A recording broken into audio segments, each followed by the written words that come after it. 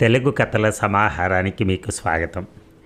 ఇప్పుడు మనం వినబోయే సీరియల్ మీసాల మన్మధుడు 12వ భాగం. రచన పుట్టగంటి గోపీకృష్ణ గారు. మరి కథలోకి వెళ్దామా? పరిగెత్తుకుంటూ ఇంట్లోకి వచ్చి పడ్డ బ్రహ్మం ముందు కార్తీక్ నిద్రలేపాడు. ఏంటి బ్రహ్మంగారు, అర్ధరాత్రి ఏమిటి మధ్యల దరువు అంటూ లేచి కూర్చున్నాడు కార్తీక్. మధ్యలెదరు కాదయ్యా బాబు, మరణ మృదంగం, మా డిఎస్పీ గాడు వచ్చేశాడు. ఒక్క ఉదుటును లేచి కూర్చున్నాడు కార్తీక్. లైటు వేయకండి, మనం మేలుకొనున్నట్టు తెలియకూడదు అంటూ చీకట్లోనే రంగారావు రూమ్ వైపుకి వెళ్ళాడు కార్తీక్. రంగారావు నిద్రలో కూడా మీసాలు మెలితిప్పుతున్నాడు. పక్క మంచం మీద గౌతమ్ నిద్రపోతున్నాడు. కార్తీక్ ఇద్దరిని నిద్రలేపాడు.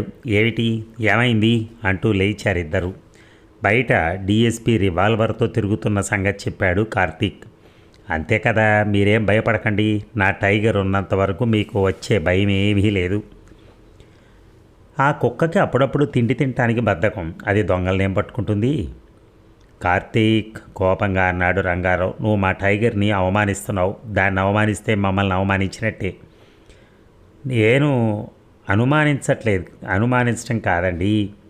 చాలు, చేయి చూపించాడు రంగారావు ఇక ఆపమన్నట్టుగా.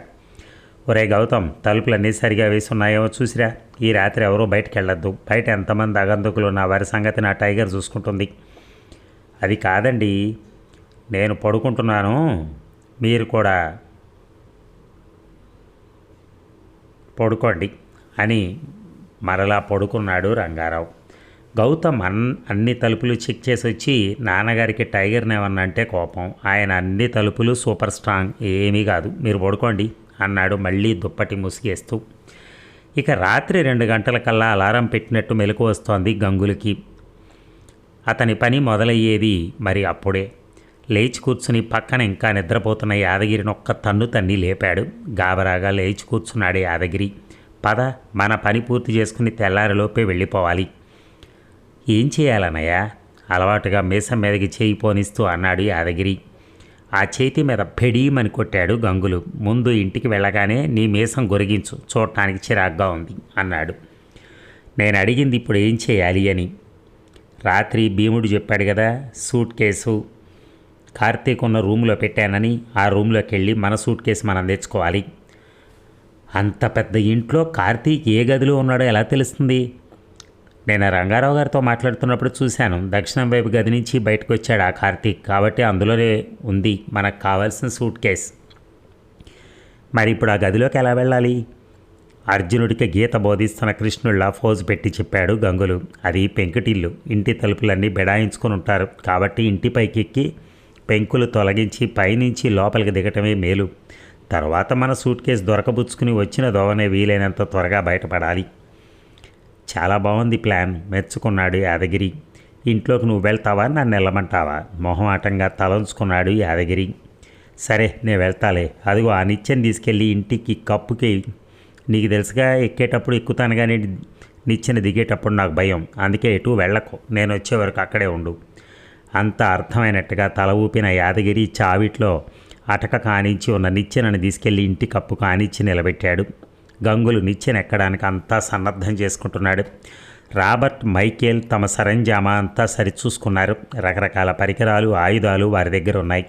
విమానం బయలుదేరే ముందు పైలట్, కో పైలట్ కలిసి చెక్ లిస్ట్ సరి చేసుకున్నట్టుగా అన్నీ వెరిఫై చేసుకుని ఇక పనిలోకి దిగుదాం అనుకుంటున్న సమయంలో కింద పడుకుని ఉన్న మనుషులు నిద్ర లేచారు.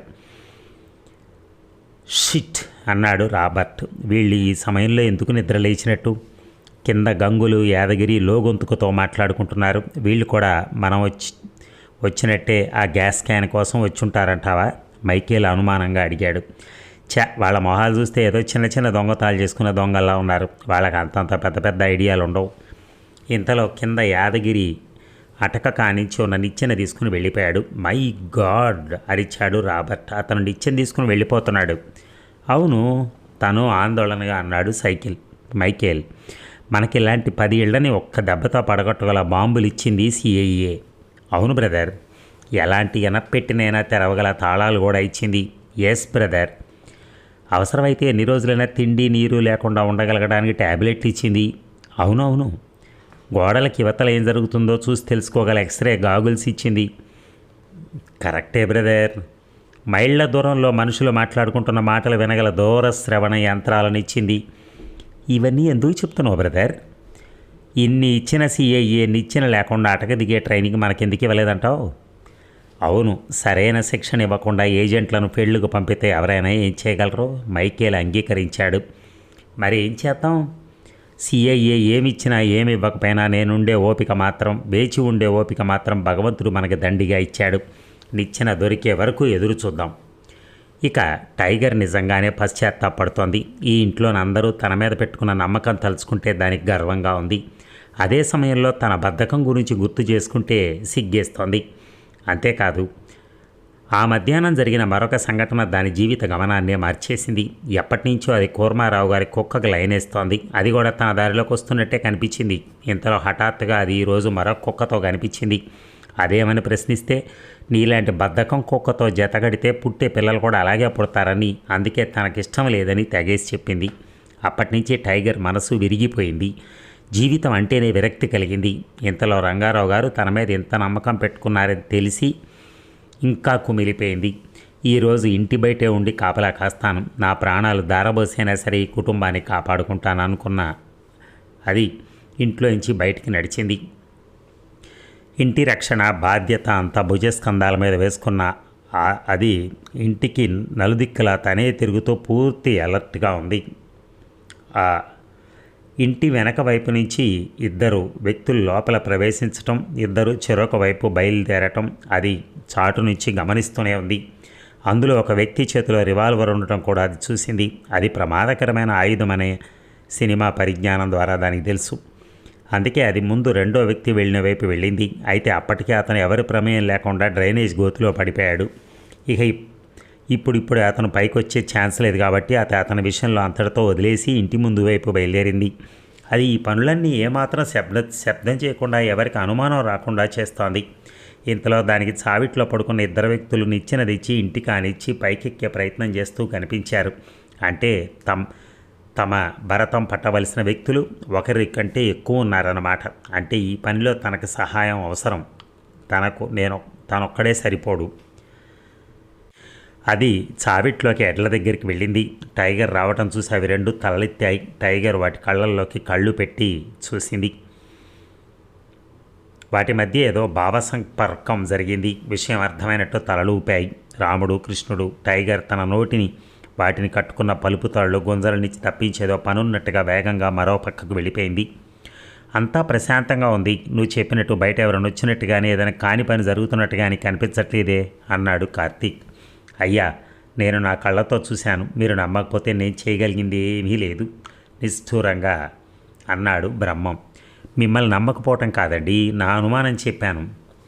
మీరు అనుమానం అంటే నాకు అనిపిస్తోంది. ఈ లంకంత ఇంట్లో మనం తలా ఒక రూములో పడుకొని ఉంటే పక్క రూమ్లో ఏం జరుగుతుందో మరొకరికి తెలియదు. ఇలా అయితే ఎలా? అంటే ఏమిటి మీ ఉద్దేశం? ఆ డిఎస్పీ ఈ పాటికే సమీర గారి గదిలోకి వెళ్ళి ఆ గ్యాస్ క్యాన్ తీసుకుని వెళ్ళిపోయినా మనకు ఎలా తెలుస్తుంది అని. నిజంగా అలా కూడా జరగచ్చంటావా? ఏమోనండి, మీ సంగతి నాకు తెలియదు. నాకు మాత్రం నా భ్రమరం గురించి ఆందోళనగా ఉంది. నేను తానున్న రూమ్లోకి వెళ్తాను. మంచో చెడో ఇద్దరం కలిసి ఎదుర్కొంటాం అని కోపంగా అన్నాడు బ్రహ్మం. కానీ ఆడపిల్లలు నిద్రపోతున్న గదిలోకి అర్ధరాత్రి ఎలా వెళ్తామండి? రంగారావు గారు నిద్ర లేచారంటే ఇంటి మీదకి వచ్చిన దొంగలను వదిలేసి ఆ టైగర్ని మన మీదకు వదులుతాడు. మీరు ఇలా మీనావేషాలు లెక్క పెడుతూ కూర్చోండి. అవతల ఆవేశంగా ఏదో అనబోయిన బ్రహ్మం గౌతమ్ తన గదిలోంచి బయటికి రావడంతో ఆగిపోయాడు. ఏమిటండి మీ గోల? నన్ను నిద్రలేపి డిస్టర్బ్ చేసింది కాక మళ్ళీ ఈ మీటింగ్ ఏమిటి? ఈ డిస్టర్బెన్స్ అసలు ఎందుకు? ఇదిగో కార్తీక్ గారు, మీ సమస్యకు సమాధానం. ఆడపిల్లలు నిద్రపోతున్న గదిలోకి మనం ఎలా వెళ్తామని అనుమానం వెళ్ళిపుచ్చారుగా. ఇదిగో గౌతమ్ని లోపలికి పంపుదాం. వాళ్ళ గదిలోకి ఎందుకండి పంపటం? ఆశ్చర్యంగా అడిగాడు గౌతమ్. బాబు, మంచొచ్చాడో అందరం ఒక చోట ఉంటే మంచిదని నా అభిప్రాయం. వెళ్ళి మీ అక్కను మా భ్రమణాన్ని నిద్రలేపు. ఈ గోల భరించలేక గౌతమ్ వాళ్ళ అక్క గదిలోకి వెళ్ళి వాళ్ళని లేపాడు. మరో నిమిషంలో బ్రహ్మం ఆ గదిలోకి ప్రవేశించాడు. భ్రమరం ఎలా ఉన్నావు భ్రమరం అంటూ. ఏమైంది బ్రహ్మం? గారంగా అడిగింది భ్రమరం. జరిగిందే చెప్పాడు బ్రహ్మం. ప్రమాదం ఇంటి చుట్టూ పొంచుంది, అందుకే అందరం ఒక చోట ఉందాం అంటున్నాను. అయితే రండి, అందరం మా గదిలో కూర్చుందాం అంటూ ఆహ్వానించింది సమీర. కార్తీక్, బ్రహ్మం తమ రూపుని వదిలి వెళ్ళిన 10 నిమిషాల తర్వాత ఆ గదిపైన మొదటి పెంకు తొలగించబడింది. టైగర్ తన స్నేహితులు రాముడు కృష్ణుడు కట్లు విప్పి వాటి దగ్గర నుంచి వేగంగా పరిగెత్తింది. ఆలస్యం లేకుండా రంగంలోకి దిగి చేతులు ఆయుధం పట్టుకుని తిరుగుతున్న వ్యక్తిని వీలైనంత త్వరగా ఆపాలన్నది దాని లక్ష్యం. డిఎస్పి ఆ ఇంటి వైపుకున్న తలుపులు కిటికీలు చెక్ చేసుకుంటూ వస్తున్నాడు. అన్నీ గట్టిగా బంధించబడి ఉన్నాయి. అయితే అతనికి ఆ ఇంట్లోకి ప్రవేశించడం పెద్ద పని అనిపించడం లేదు. ఈ మారుమూల పల్లెటూరులో తనకు అడ్డొచ్చేవారు ఎవరైనా ఉంటారేమోనని అతను అనుకోవటం లేదు. ఒకవేళ ఎవరైనా ఉన్నా వారిని తన బలంతో కాకుంటే అధికారంతో ఎలా లొంగదీసుకోవాలో అతనికి బాగా తెలుసు. ఇంతలో అతనికి ఎవరో తనను అనుసరిస్తున్న ఫీలింగ్ కలిగింది. చుట్టూ తిరిగి చూశాడు. ఎవరూ లేరు. కిరీటి ప్రయత్నం ఎంతవరకు వచ్చిందో, అతను ఏం చేస్తున్నాడో అని మనసులో అనుకుని నవ్వుకున్నాడు. కిరీటి పిరికితనం తెలుసు కాబట్టి అతన్ని ఇరుకుని పెట్టడానికి అలా ఒంటరిగా పంపాడు. కానీ అతనికి ఇసుమంతైనా అనుమానం కలగలేదు. కిరీటి డ్రైనేజ్ గుంటలో పడి అలమటిస్తూ ఉండొచ్చని. అతని సిక్స్త్ సెన్స్ ప్రమాదం మరింత దగ్గరకు వచ్చిందని హెచ్చరికలు పంపుతోంది. కానీ అదేమిటో అర్థం కావట్లా. అతని ఆలోచనలో ఉండగానే టైగర్ ఇంటి కప్పు మీద నుంచి సరాసరి అతని వీపు మీదకు దూకింది. సహజంగా జర్మన్ షెఫర్డ్ జాతి కుక్కలు బలంగా బరువుగా ఉంటాయి. అందులో రంగారావు పెంపకంలో పెరిగిన కుక్క గురించి ప్రత్యేకంగా చెప్పేదేముంది. అంత బరువు జంతువు అనుకోకుండా మీద పడితే ఎంత బలవంతుడైనా బ్యాలెన్స్ కోల్పోతాడు. డిఎస్పి కూడా మీద పడిన టైగర్ బరువుకి తూలి పడిపోయాడు. టైగర్ అతను కింద పడిపోయే వరకు ఆగలేదు. అతని మీదకు దూకుతూనే ఆయుధం ఉన్న చేతిని వేళ్లతో గట్టిగా కరిచి పట్టుకుంది. కెవ్వును అరుస్తూ రివాల్వర్ వదిలేశాడు అతను. కంగుమని శబ్దం చేస్తూ కింద పడిపోయింది రివాల్వర్. అతను తేరుకునేలోపు మరొక 2-3 చోట్ల తీవ్ర గాయాలు చేసింది టైగర్.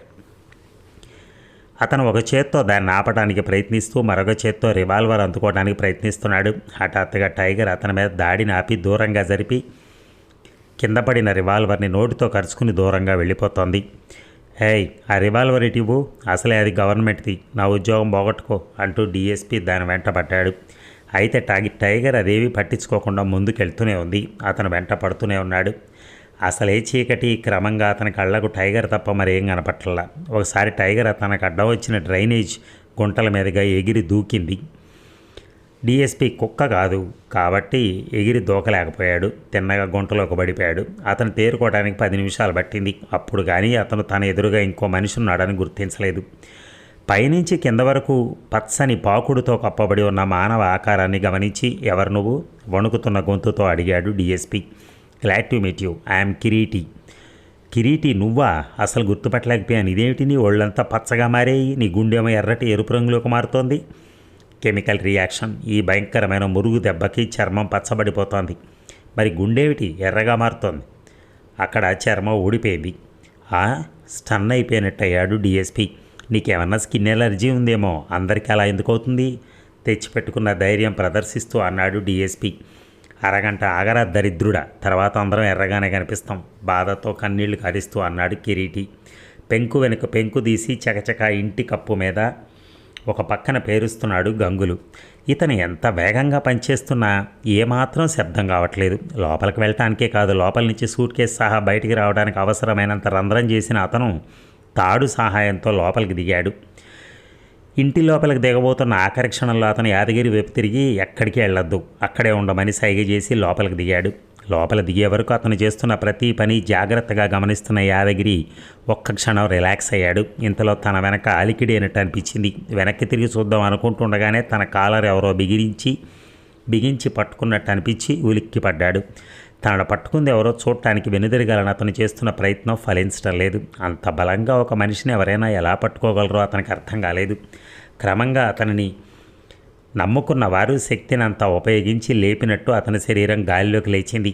వేడి ఊపిరి కొలిమిలోంచి వచ్చినట్టుగా తన మెడ మీద తగులుతూ ఉంటే తనను కాలర్ పట్టుకుని గాలిలోకి లేపింది ఎవరో అతనికి అర్థమైంది. దూరంగా చావడిలో ఉండవలసిన 2 ఎడ్లలో ఒకటి కనపట్టం లేదు. ప్రస్తుతం అక్కడ మిస్ అయిన ఎద్దు నోటితో తన కాలర్ పట్టుకుందని అతనికి తెలిసేటప్పటికీ గింజుకుంటున్న అతన్ని గాలిలో మోసుకుంటూ ఆ ఎద్దు ముందుకు నడిచింది. 200 గజాలు అలాగే మోసుకుంటూ వెళ్ళిన ఎద్దు యాదగిరిని జాగ్రత్తగా కిందకి దించింది. యాదగిరి అమ్మయ్య అనుకున్నాడు. అయితే అతడు రిలీఫ్ ఫీల్ అయినంతసేపు పట్టలేదు. ఫుట్బాల్ ఆటలో గోల్ కీపర్ పరిగెత్తుకుంటూ వచ్చి బలం కొద్దీ బంతిని ఎలా తంతాడో ఆ ఎద్దు కూడా అలాగే యాదగిరి నడ్డి మీద ఒక్క కుమ్ము గుమ్మింది. యాదగిరి శరీరం గాలిలోకి లేచింది. ఒక పల్టీ తలకిందులుగా కొట్టింది. ఈలోపు ఆ శరీరం 2-3 సార్లు అడ్డంగా పల్టీలు కొట్టింది. చివరికి అది సూటిగా వెళ్ళి బాస్కెట్బాల్ బంతి నెట్లో పడ్డట్టుగా డ్రైనేజ్ గుంటలో ఆల్రెడీ ఉన్న ఇద్దరు మనుషుల మధ్య పడింది. మరొక 10 నిమిషాల తర్వాత వారు ముగ్గురు ఒకరినొకరు ఇంట్రడ్యూస్ చేసుకుంటున్నారు.